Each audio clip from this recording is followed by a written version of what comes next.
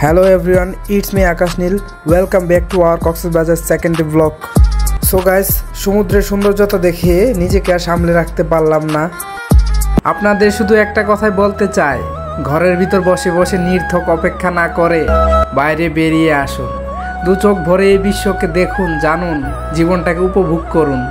উজ্জ্বল সূর্য রশ্মি স্পর্শ করুক আপনার শরীর ও মন, সাগরের বিশালতার মাঝে নিমজ্জিত হন।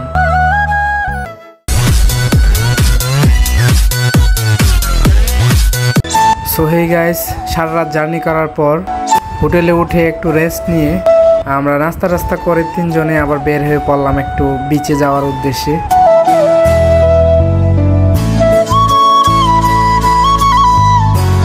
সারা রাত জার্নি করার পর শরীরটা প্রচুর পরিমাণে ক্লান্ত ছিল।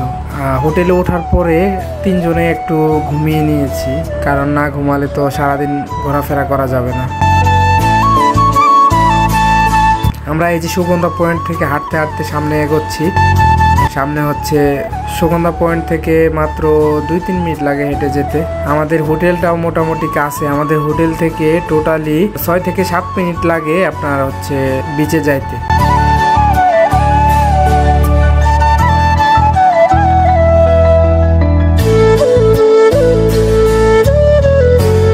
সো এখন আর কথা না বলি, আমাদের তিনজনের মনও তোলা হয়ে গেছে কখন সমুদ্রে গিয়ে ঝাঁপ দিব। সো তাড়াতাড়ি যাওয়া যাক।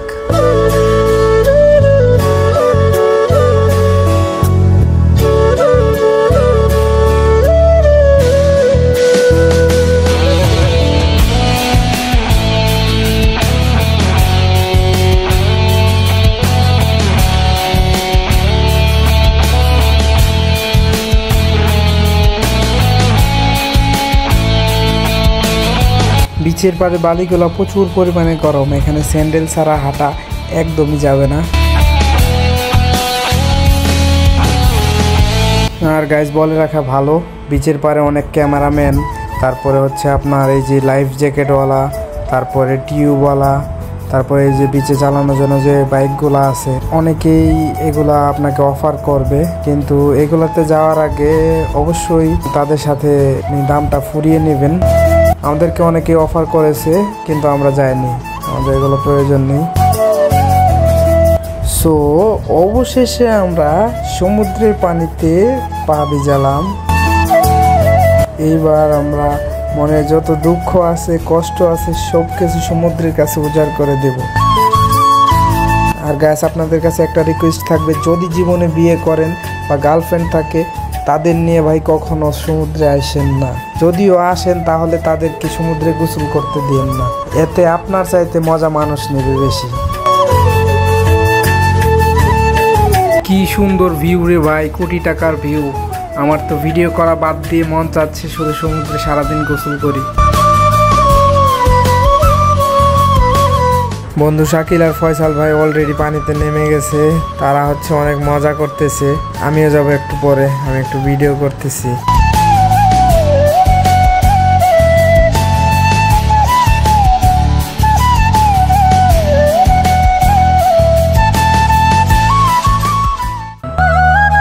সমুদ্রের ঘ্রাণ নিয়ে আকাশের বিশালতাকে অনুভব করা জীবনের হয়তো সর্বশ্রেষ্ঠ সেই পাওয়া।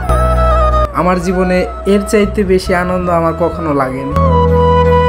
মানুষ বরাবরই প্রকৃতি প্রেমী, আর প্রকৃতির অপরূপ সৌন্দর্যের অনন্য উপাদান হচ্ছে সমুদ্র।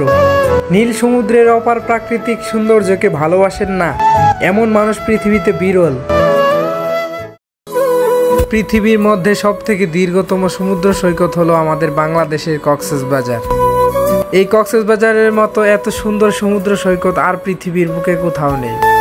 তো আমরা যারা বাংলাদেশে বসবাস করি, এখন অবধি আমাদের দেশের এত মনোমুগ্ধকর ও অপরূপ সৌন্দর্যময় জায়গাটিতে এখনো যাওয়া হয়নি।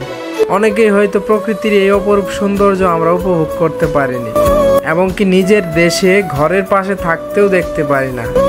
এত টাকা দিয়ে জীবনে কি হবে? একটা কথা আছে, জীবনে অর্থের মূল্য আছে, কিন্তু অর্থই সব কিছু না। আমরা কর্মব্যস্ততা নিয়ে নিজেকে কখনো খুশি করতে পারি না। হয়তো পকেটে অনেক টাকা থাকে, কিন্তু ভ্রমণ আমাদেরকে আত্মতৃপ্তি দিতে পারে, যা আমরা টাকা দিয়ে অন্য কোথাও পাই না। কক্সবাজার সমুদ্র সৈকতে যাওয়ার স্বপ্নটা সবারই থাকে, তেমনি আমাদেরও ছিল। আলহামদুলিল্লাহ, আল্লাহ আমাদের স্বপ্ন পূরণ করেছে। এই মহাসমুদ্রের পানির ছাপটা গায়ে লাগিয়ে বালির উপর দিয়ে ছুটে চলা যে কত শান্তি, আহা, এ যে বলে বোঝানো যায় না। আমার প্রিয় মানুষের উদ্দেশ্যে একটা কথা, সমুদ্রের পাড়ে যদি কখনো যাও তখন ঠিকই বুঝবে আমি কতটা ভালোবেসেছিলাম তোমায়, কিন্তু তখন আমায় আর খুঁজে পাবে না। এই মহাসমুদ্রের মতো ভালোবাসা আমি তোমায় দিয়েছিলাম, বুঝোনি কখনো।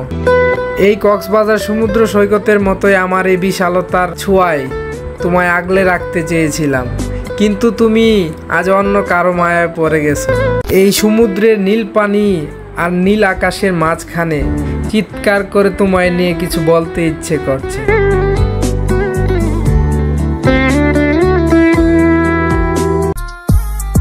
সো গাইস, আজকের ভিডিও এই পর্যন্তই। দেখা হচ্ছে আগামী পর্বে। আমাদের কক্সবাজার ট্যুর নিয়ে একটা ব্লগ পাবেন। সো আশা করি সবাই সাথেই থাকবেন। Stay safe, journey safe. Thanks for watching this video.